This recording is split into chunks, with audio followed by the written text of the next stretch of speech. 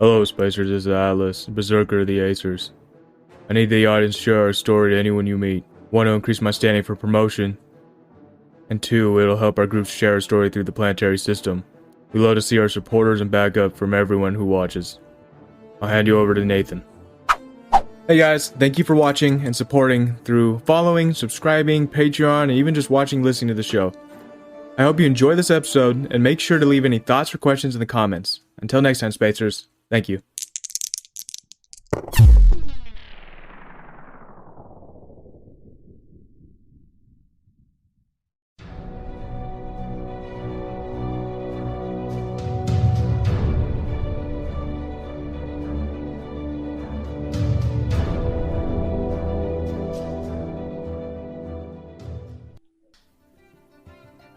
Hey, and welcome to Starlight.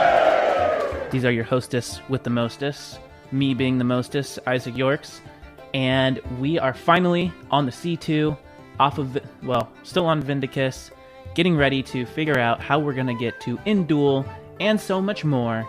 We hope you guys have been enjoying this gallivant through the universe, and sitting way away from me on another side of the galaxy, we have two of the best characters ever, Atlas and Clive, played by... Atlas is played by Nathan. And Clive is played by Sam Williams. And is that a cat in the background? Meow. Don't pay attention to them. They're Clive fine. is a crazy... That's Clive's pet. He's a crazy cat lady. That makes a lot of sense. And speaking of elephants, we have... Did I say elephants? Speaking of elephants? Yeah. Wow. No one was saying anything of elephants, but elephants are on your mind. I'm losing my mind. Speaking of animals, cue trumpet, we have... Courtney Yorks playing McKenna Ali. Cool. And we are glad you guys are here. We've been talking about all of our to-do lists, and Clive is the only one that seems to have stuff that he wants to get done that doesn't include pissing off the other players. And per usual, Atlas and McKenna are going to be going at each other's throats. So let's get started on this episode of Starlight. Neuralink, access memories. Accessing. Exterminating the stone jaw Onkeg. The Spacers, with the help of Sir's fast hands, fix the core and find some respite. There were many close calls that nearly ended both McKenna and Atlas, but thanks to McKenna's quick wits and overcoming of the virus aphid, she was able to use her technomancy and shrink the Onkeg so that Atlas and Clive could take the creature out. With a listening post returned to operations, all that remains is to plan how best to get past the blockade and onto the surface of Enduel. Memories retrieved. We are going to jump in with some inspiration. So, this first piece of inspiration actually was voted in to the one and only, yours truly, Clive Jensen. Yeah! Woo! Thank you, everyone. That's awesome. Is that your first one ever? I think so. It's because he was making the moves on that lady. That's probably what it was. Yeah, I think so. And Woo! I mean, you That's stopped exciting. being a relative wimp, you know. So Yeah. you piloted, you sniped, Excuse you you. killed. Oh, I'm excused. But everything fades from black to a low luminescent yellow light. There is a soft hum of the air conditioner, and as well as the thrum of machinery and equipment coming back to life. All of you still have a little bit of the echo of that stone-jawed Onkeg that you guys took down in the core reactor room, many levels below the listening station. But now, you guys are hours removed away from that, cleaned up, showered, and able to get some rest. The next day, you guys plan to leave the station and plan at dawn.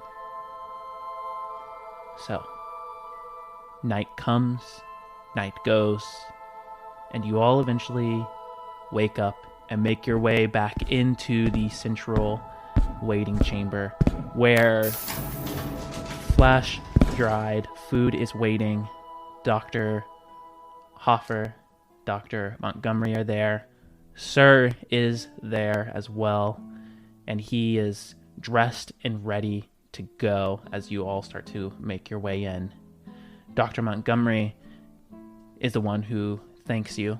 Dr. Hoffer is nose deep into a pile of printed off papers and data pads on the circumstances that led to the things that happened here at the listening station, as well as looks like she's doing calculations, and there is a uneaten plate of food and a half-drunk cup of coffee. I want to thank them for the shower, the food. This is all very generous of you. And ask if they have any idea of what might be happening on Enduel, if they've had a chance to get more news or insight on what's happening while we were resting. Yeah, while we were cleaning up their mess was more like it.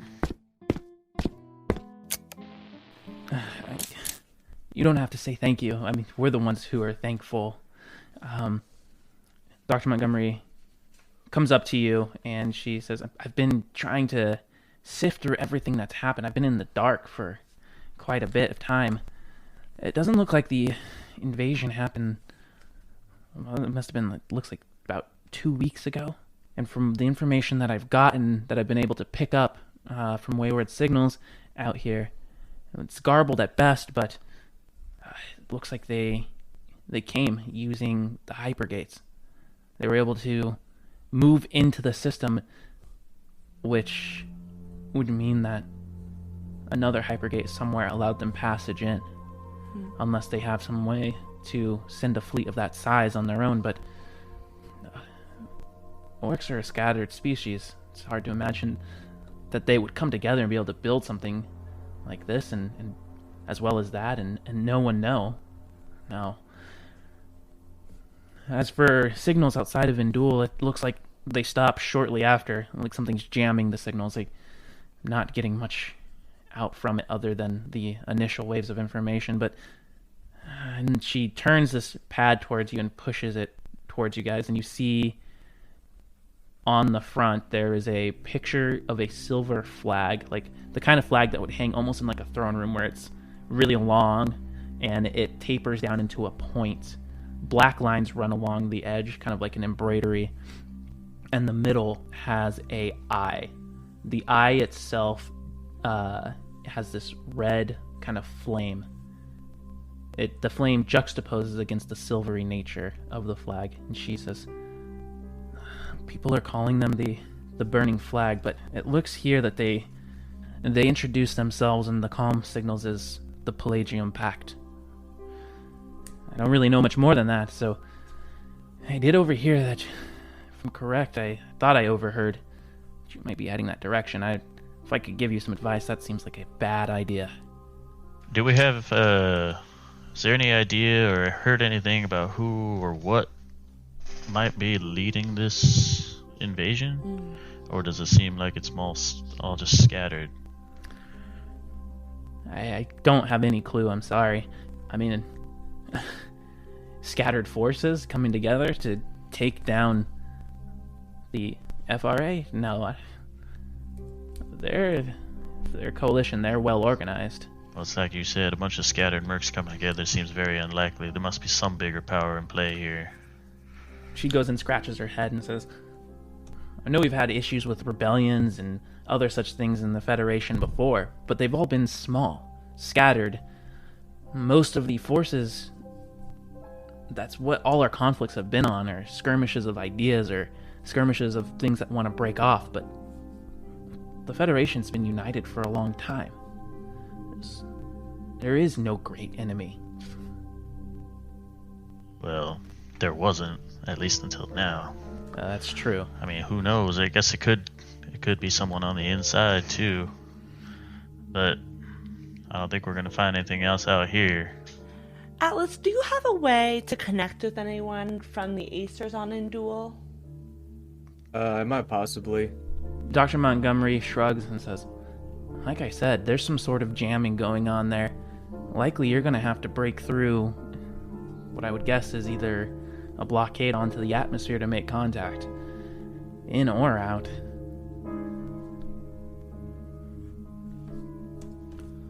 Well, we can do that. That won't be too big of a deal. Right? We have the best pilot around, so I'm sure he can make that happen. Well, I think I can definitely do my best. I mean, it's either we break through or we break apart. We don't have much choice here, huh? Sir puts his hand on the table. Now listen here. I didn't just risk my life to go put my neck out on the line to get back onto a place where it doesn't sound like we're going to be able to get off. Are you kidding me?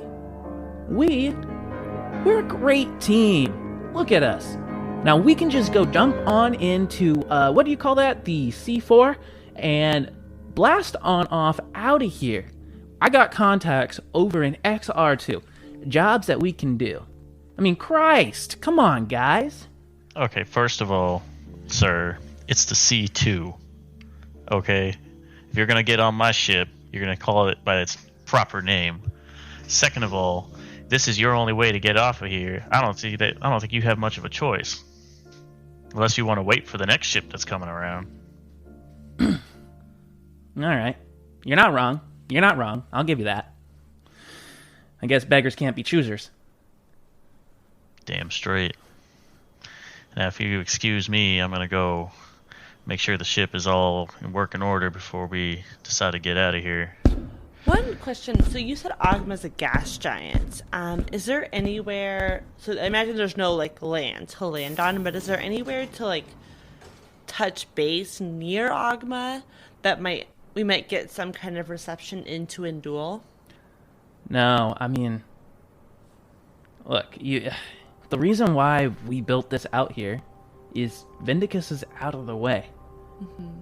Ogma disrupts a lot of people coming out here, and we had to build extremely high-powered listening posts here just to get information in and out, and it's intermittent at best into that part of the sector. Ogma is a giant gravity well. You fly in close to that, and you're running the risk of getting pulled in. Now listen here. I can tell that you haven't really been to XR1 that much, but the sun is a red dwarf. Now, normally life doesn't happen around here, but Ogma is one of the things that keeps life happening. Enduel is caught between both pools of both places, and Ogma is powerful enough to counteract the sun and keep it rotating so it doesn't burn up. Wow. You get in close to Ogma and you're without the right amount of fuel, you're running the risk of getting pulled into it. Okay, so what would you do if you were us? And you were definitely going to Enduel. You're sure you want to go to Enduel? Don't really feel like we have another option here.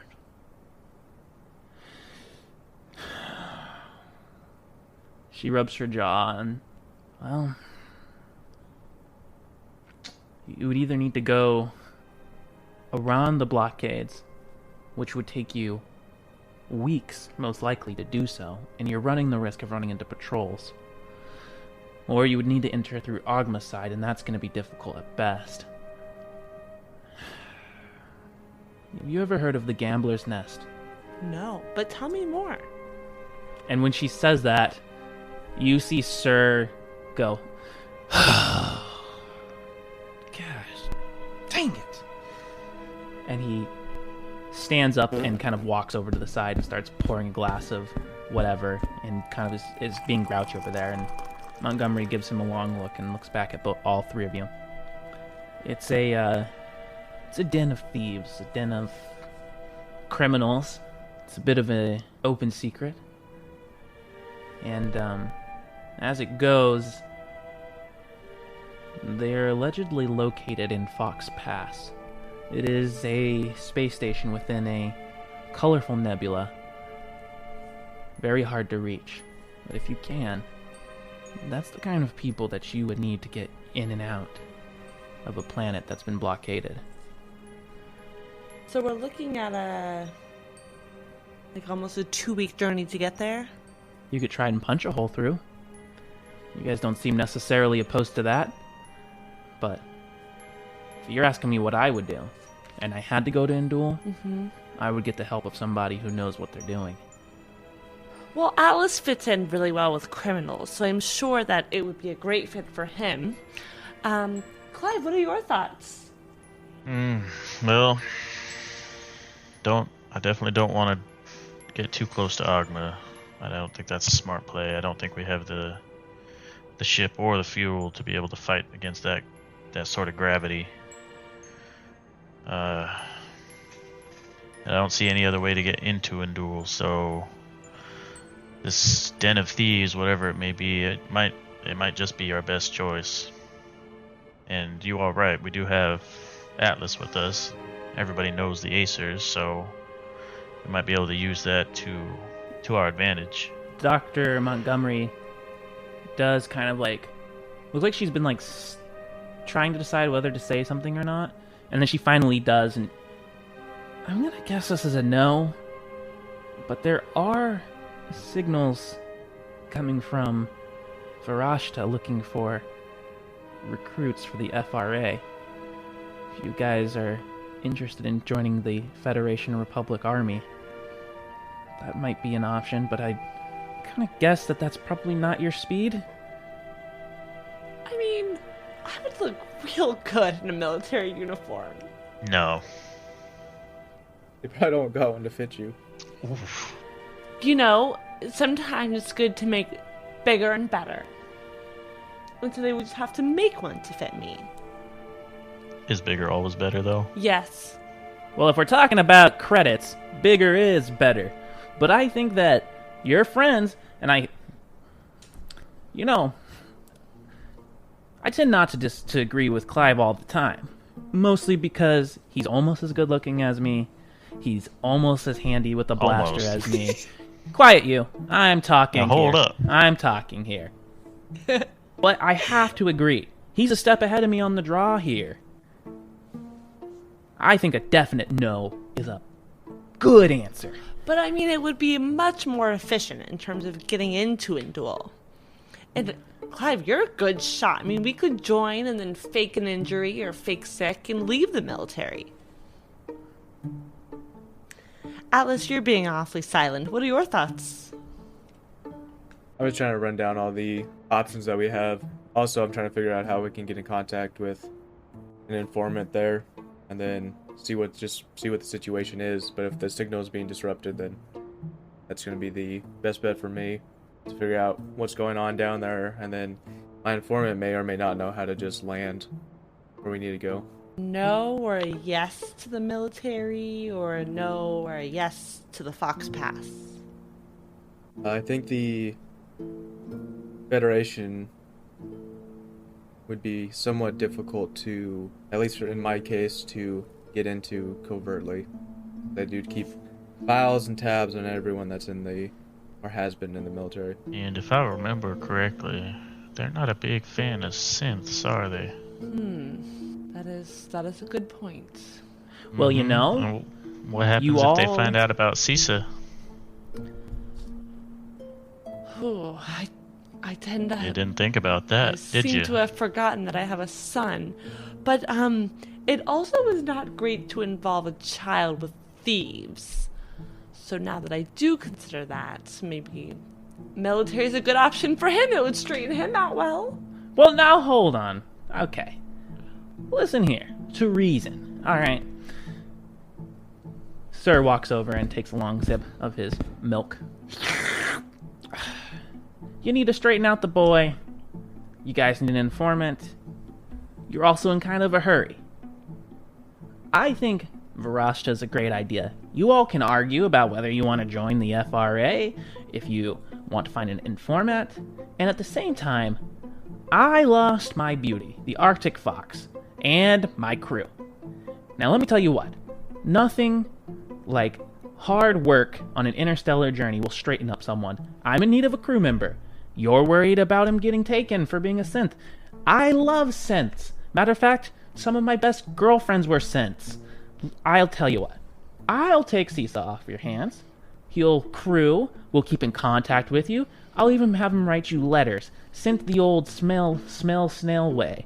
And you guys drop us off in Varashta. I get us a ride out of XR1.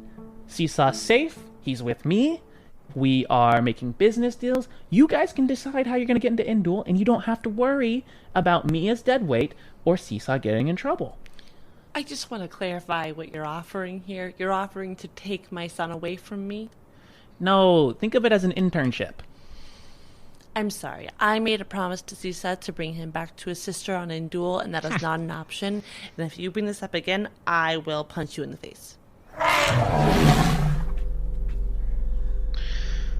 Now hold on. I don't like it as much as you do, but as of right now, we don't have a way to get into a duel. So you're not gonna be able to get Cisa to his sister But he's anyway. staying with us until we're getting to Enduel.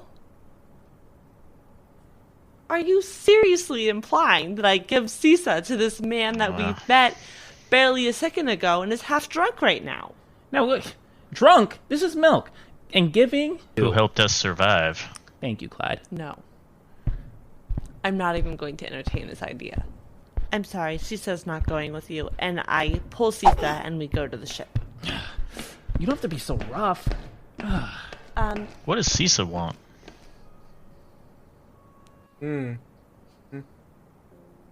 What does the boy want? Cisa stops, kind of pulls his hand away from McKenna, turns around, draws up, looks at Atlas, Sir, Clive, and I would love to go on a ship with you, sir, but not right now. I can't. I'm this close to finding my sister. Does the mother know her son? You're not my mother. Does the caregiver know the child she's watching? Your sister might just be dead. The place was just invaded. I don't know what side she's on or where she is, but you may just be dead or captive. Roll a, I think that's a straight charisma roll. First roll of the game. 11. He nods his head slowly and then walks up to you, Atlas. And he only stands just like up to like below your midline of chest. That's about where he stands, his midline of chest. He's a tall boy. He just... I have to try. Just like you did when you went down to go fight the Onkeg.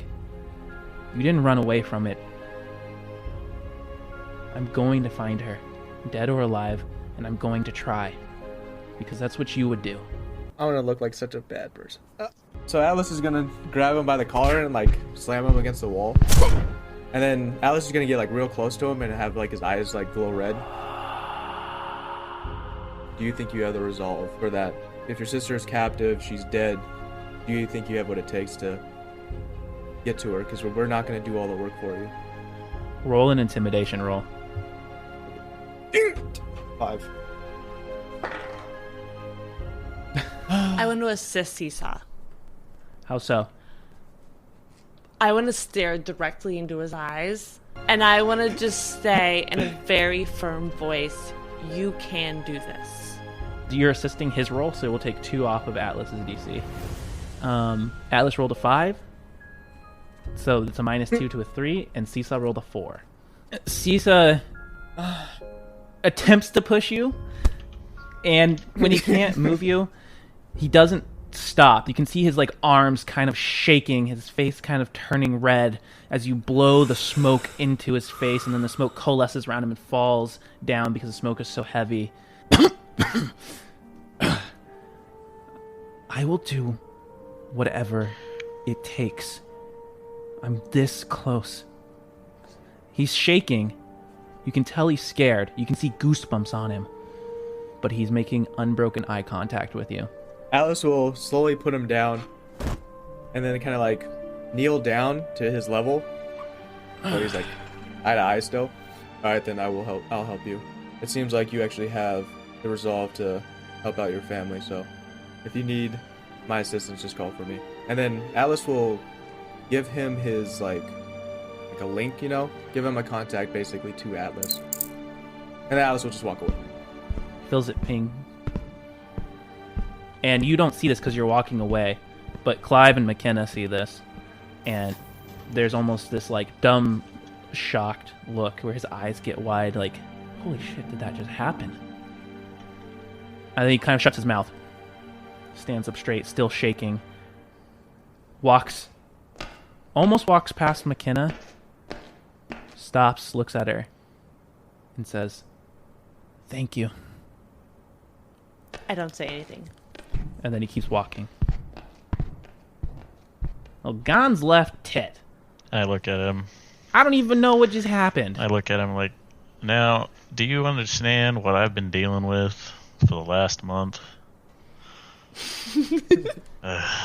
Yeah, I'll tell you what. They call that cannon fodder. Well, that's basically what I've been using them for. You got a handful. I'm telling you what, Clive. We make a great team. Great team. We leave them, take your ship, start our own crew. Just think about it. You know what? I think I will think about it. I've got some personal stuff I got to take care of first that they've been helping me out with a lot, but let's keep in contact. You never know. Yeah, sounds good. I've never seen anyone draw a pistol nearly as quick as me. And then he does something similar to what Atlas did and gives you his, like, contact.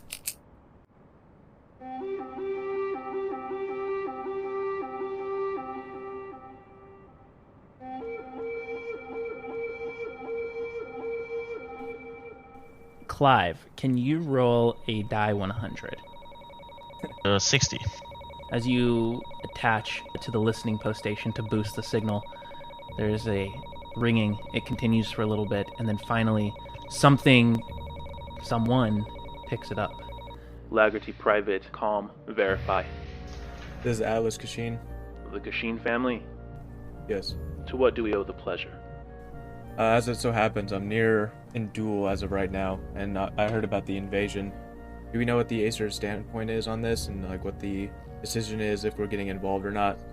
Also, I do need a way to get onto Enduel to deliver cargo for the Acers themselves. As of right now, the families are still fragmented on deciding how to interact. We know that some have reached out to the Pelagium Pact, and others are actively opposing. There is a conclave of the leaders that will create a summit that is happening here in the next few days on how to move forward in a unified manner. As for us, right now, other members of the family that are located and trapped in Enduel, we have high priority targets that we are working on extracting. That being your answer to your question, Kashin family member, we are sending small squadrons into the planet. Will I be able to join one of those squadrons? And if they're going to Valdona, that sector? There's a kind of crackle. I do not know if they're going to Valdona, but send over your verification credentials, and I will go ahead and boost it to those ahead of me, and I will get you an answer shortly. Okay, I'll send those over. And then, also, what is the Kashin's family stand on this? I'm just curious. As of right now, they have no standpoint. They are one of two clans that are dark on the matter, not speaking, not answering. They have provided us with tech, however, in order to create and move stealthily into the planet, so it is easy to assume that they are leaning towards fighting, not working with the Pelagium Pact. As you know, their biggest purveyor of their cybernetic goods was the Federation. Do you have an estimate on when you're going to hear back on if we can get passage over? Sending the signal now should only be a few more minutes. And a little bit of time passes before the voice kind of crackles back on. And Atlas Kashin, you are verified. You can go ahead and bring yourself over to Varashta and land in the 3rd sector. You will find at these coordinates a cadre of our family members there to escort you. Perfect, thank you. So, real fast, do we know who runs the Pelagium, or the Pelagium Pact? Do we know who's at the forefront of it? Can you send me, if you do have the information, can you send me a name and face? Yes. And information is slowly trickled over into your Neuralink. You get just these like granular snippets, and it's nothing of the leader, but it's of this massive dreadnought dragon. And that is where this leader has been operating from. The dragon is this looming vessel. And while the one that you fly, the C2, is almost kind of like this fleshy, brown-skinned, almost vehicle, this dragon looks like it is held together by the barest amount of ligaments, pink, fleshy, with white bone jutting in and out like a spine. It curls like a half U, and you can see this red, arcing energy that seems to just suspend within the center of it. It is like death floating upon space.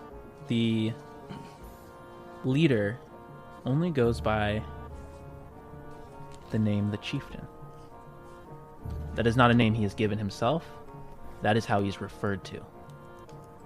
Everyone else simply refers as the Chieftain this, the Chieftain that. There are some rumors that, however, that the identity of this chieftain is a half-orc by the name of Kalik. Seems to be someone that has no beginning nor end. He seems to be someone who... Yeah. Does he have a last name or no? Yeah, he does. Sorry. There's a reason I ask. You'll find out. Goes by the name... The name that they think that might belong to him is Kalik of the Burning Eye. Perfect. And where this name first appeared, as you're getting the information, is some sort of a priest who got on the bad side of the reveries by promoting the worship of what is considered the orc pagan god of Grumish. It was thought that Kalik passed and died, but now there are rumors that this chieftain is Kalik of the Burned Eye. Perfect. That's all the information I needed, thank you. Alright, so it looks like I have a way that we can get in. We get to go to Varashta, to the 3rd sector.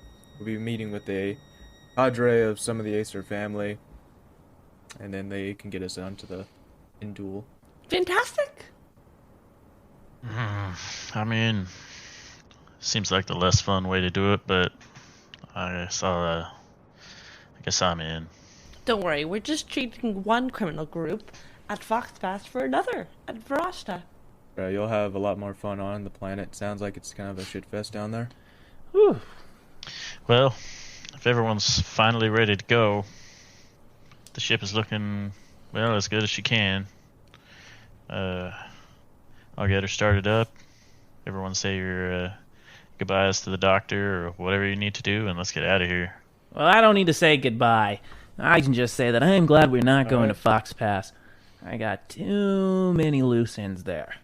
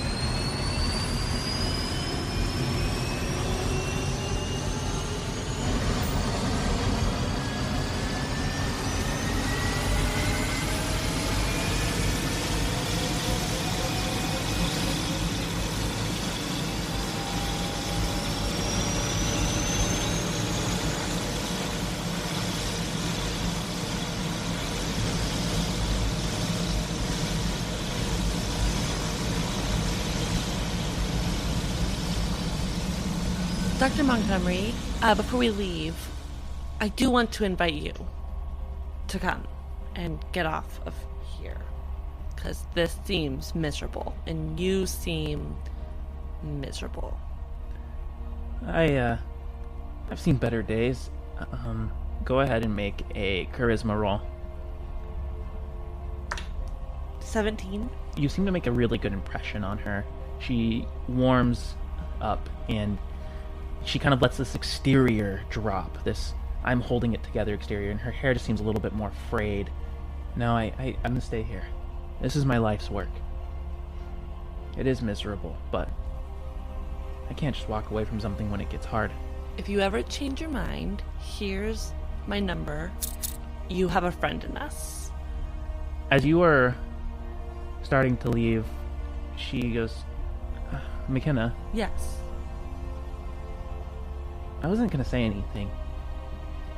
And partially because it slipped my mind and I've just been so distracted, but there's not a lot of you Loxodons left, is there?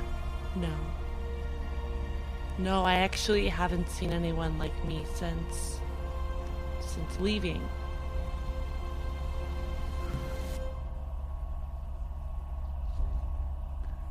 A few months back, our listening post picked up the transmission. I don't know if you would be interested in this, but if you've even seen other of your kind. But it was claiming to be a Loxodonian signal calling out to other Loxodons. Some sort of a rallying cry, some sort of a come to the motherland sort of ring. I don't know if you'd be interested in it. I didn't really think anything of it, but they were calling for the Loxodons to return to some sort of they called it like the dark planet, or no, the translation was the planet without light, located in XN14. Do you know who sent this? He just called himself the Father of the Way. He didn't give a name. No. But What he said is it? things in a strange language I couldn't understand. What did his voice sound like?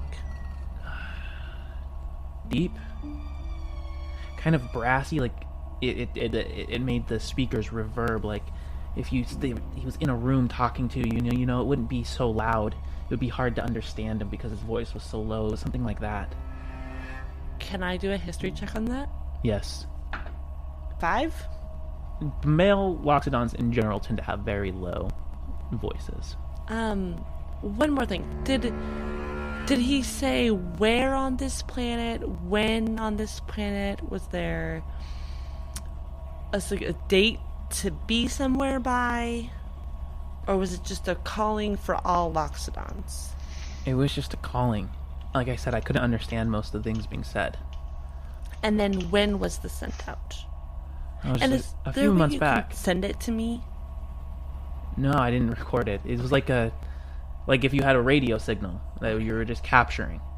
Okay. Thank you. If you hear anything along these lines again, can you record it? Yeah, And then can you send it to me? of course. Thank you. Thank you. And like I said, if you ever need anything, please feel free to reach out. I will. Good Take luck. care. And I give her a big hug.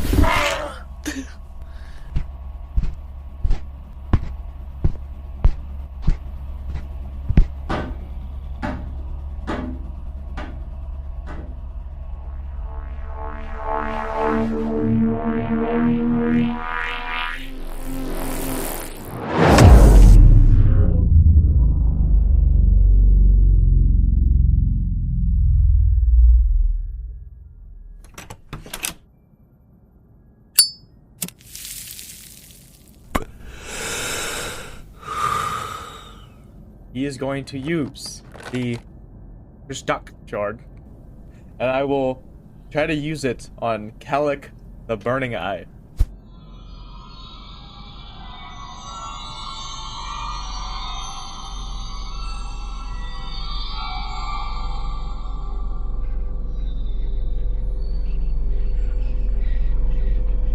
For anyone who might walk by, no one does. they would have seen this like bright blue glow come out from the cracks of Atlas's chambers. The Crystha's shard that you are now attuned to floats up out of your hand, and it itself begins to vibrate, and you feel every atom, every nerve, every hair follicle stands on end as you begin to vibrate to the same frequency and time. And this primal knowing starts to fill you.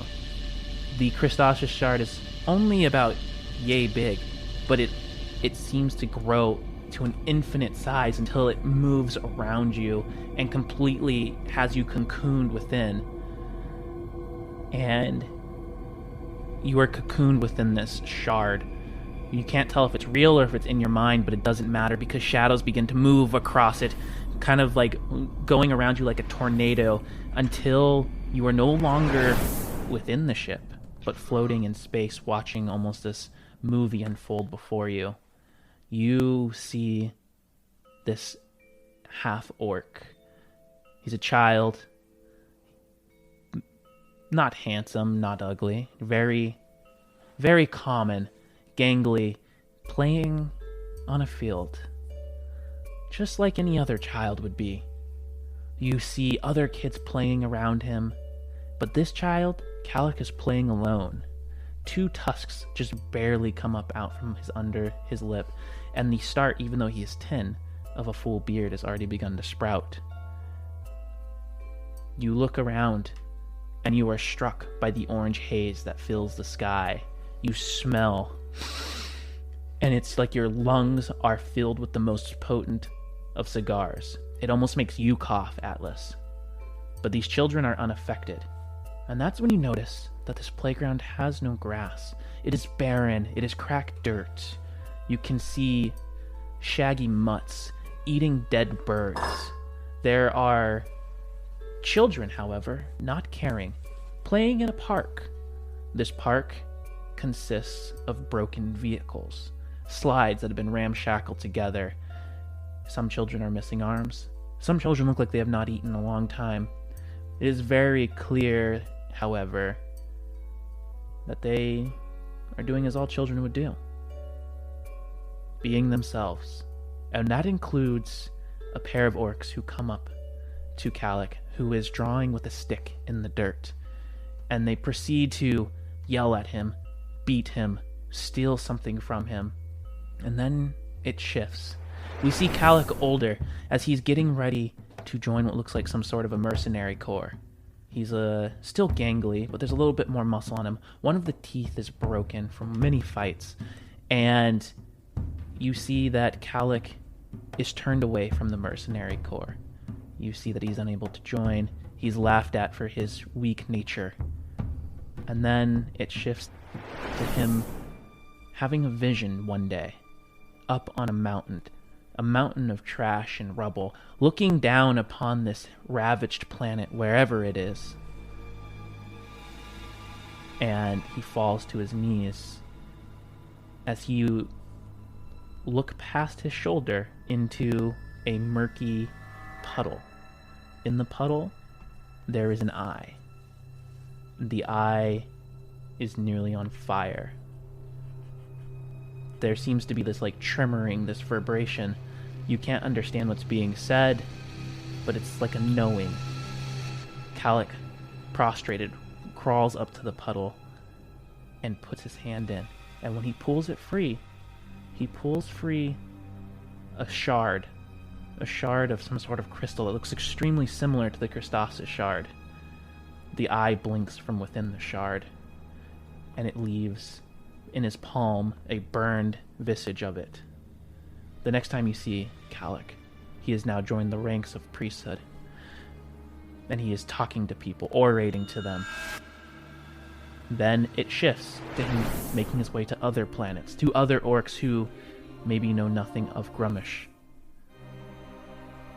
And then eventually, it shifts to the reveries, the arbiters, the paladins of these reveries and the Everlights, going and making a hit strike against him. Bombs are dropped, bullets, the the temple that Kalik lives at, works at, is utterly destroyed, and we see Kalik thrown from the ramparts into crashing waves below in whatever lush planet he now is on.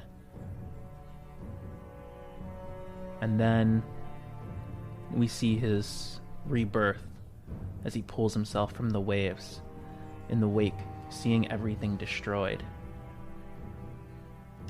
And this time, as he's pulling himself up on this beach, he finds 2 mercenaries to the original mercenary corps that he tried to join. They are injured on their deathbed, and using that crystal shard that he managed to hold on to, he is able to revive them. And you can see this slow arc as he begins to show these powers, not just text, and begins to build a coalition of orcs who are beginning to follow back in the way of their god and their deity, Grummash. And the last thing you would see is the story of him building this coalition. And your question is finally answered. Is it just orcs or not? You see him make his own strike against one of the Reverie's locations, and in it he frees hundreds of synths who flee and come to his banner under the Pelagian Pact. And before it cuts out, there is just a hologram of a shadowy head that he is talking to, somewhere within what you would assume to be that ship, that dreadnought. You can't understand what's being said, there's no sound, but he nods, goes over to a computer, and you see him send a transmission that essentially says, "Safe passage has been given. The time to attack Enduel is now." And then the Crystal Shard falls into your hand. Ka-chink, ka-chink, ka-chink. And the vision falls away.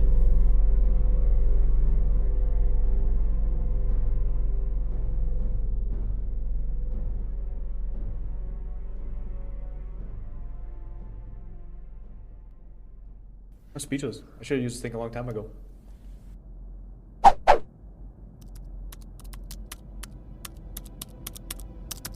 I just want to do a little bit of research alone really quick into where the planet without lights is, and then confirming my theory that the father of the way is Naguvu.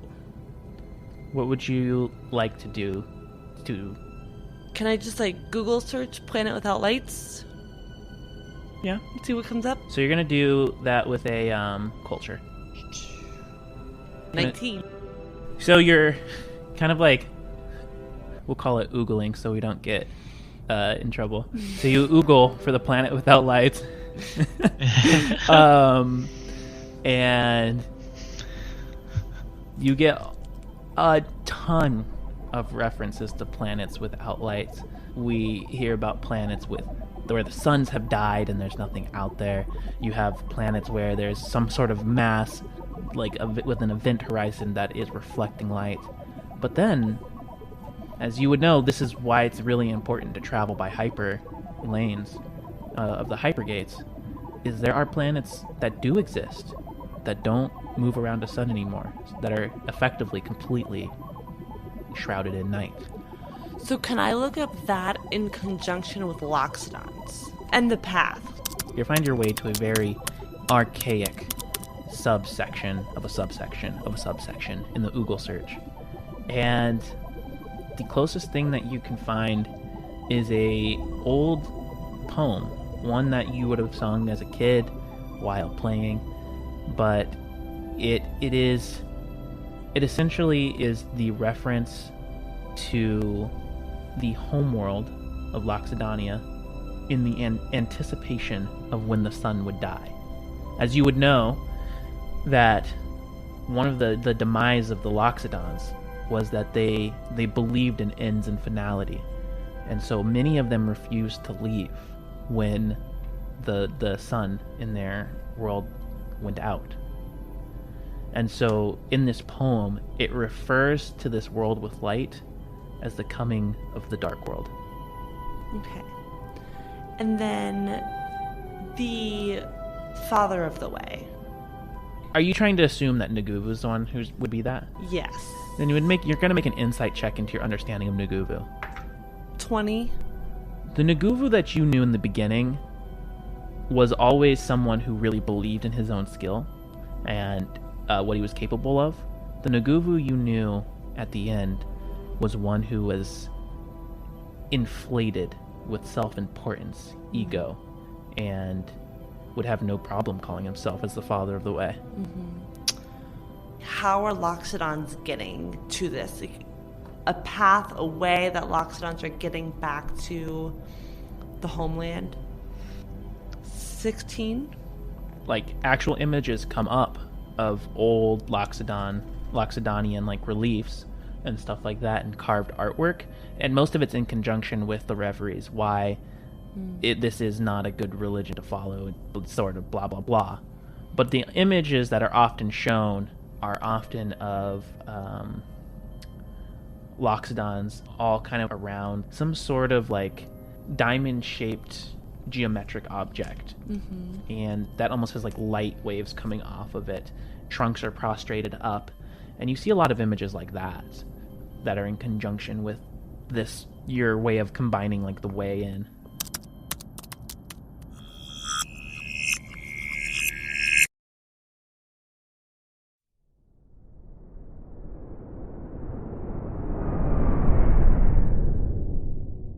Atlas, can you roll a die 100? 82. So your guys' travel goes relatively fine. And by that I mean there's some semblance of calm, a good amount of respect between everyone. You guys kind of get to know Sir a little bit more, and you know, he kind of grows on you in his own kind of way, but he definitely would be someone who outwears his welcome quickly.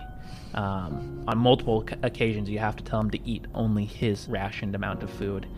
And for the most part, you just get this expansive view of the solar system. As you pass Agma, you see this massive gas giant that swirls with these almost like neonish green color and has like rings upon rings upon rings of this small debris that circulates around it. You see Enduel, and you can't really see the blockade, but you do see little black specks dotted around the planet. And Enduel has you see no blue, you only see gray, and you see clouds. It is as if the planet itself is one giant city. As you come closer to Fox Pass, as you're making your way past the Hypergate appears to be under guild control still, and you can see what looks like private soldiers for hire. And Atlas, you would actually recognize that they belong to the Acer family, the Laggerty, and you're able to pass unhindered. There's like a little bit of an inspection and a check, but you guys are fine. What takes your breath is as you go by Fox Pass, the nebula is purple and red with like little waves of blue, and even from the distance that you are away from it, you, Clive, sense that the instruments and the electrical devices within the Dragon, the C2, are kind of thrown haywire by the sheer amount of energy being sent out by this nebula. And slowly, but faithfully, you make your way to Varashta, passing the Moon of Miracle, and you send in the information. You are able to kind of pass through all the questions and the affirmation that your vehicle is not with the Pelagian Pact and that you guys are not criminals, and then make your way down towards the planet itself. Varashta, as you take it in, is a tidally locked planet. It does not rotate. As you break the surface of the atmosphere, you see that it is a planet of extremes.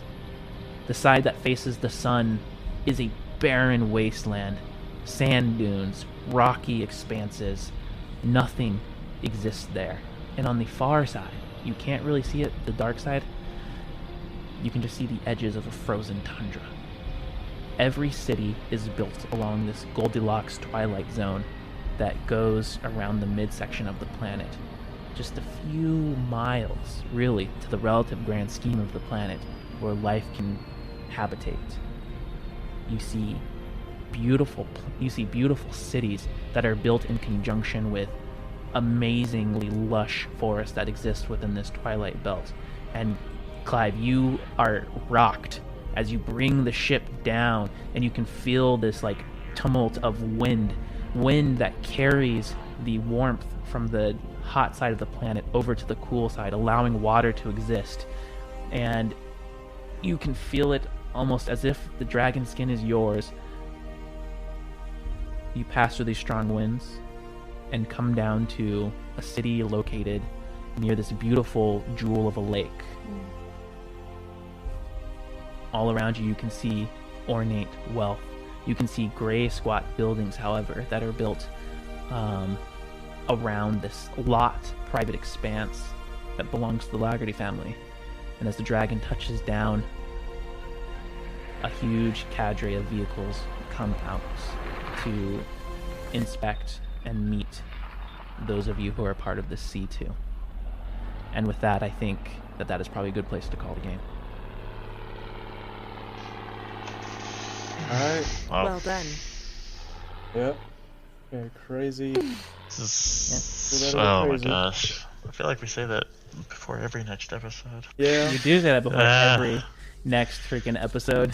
Because it always gets crazy. All right. I still think we should have gone to Fox's Pass, but that's just me.